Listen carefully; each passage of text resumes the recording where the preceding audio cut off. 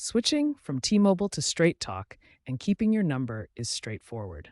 Start by gathering your T-Mobile account details. Next, make sure your phone is unlocked. If not, visit T-Mobile's Unlock portal to unlock it. Purchase a Straight Talk SIM kit or eSIM for $10 to $25.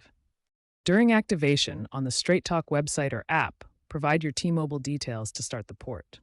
Intra-network ports take 1 to 2 hours, while cross-network may take 24 to 48 hours. Finally, don't cancel your T-Mobile service until the port is complete and your Straight Talk service is fully active.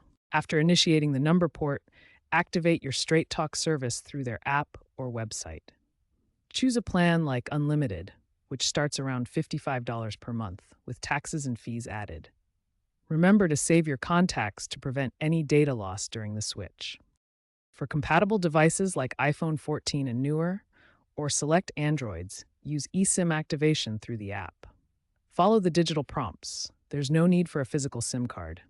Activation typically takes 15 to 30 minutes for same network ports. Once activated, your T-Mobile service will automatically deactivate.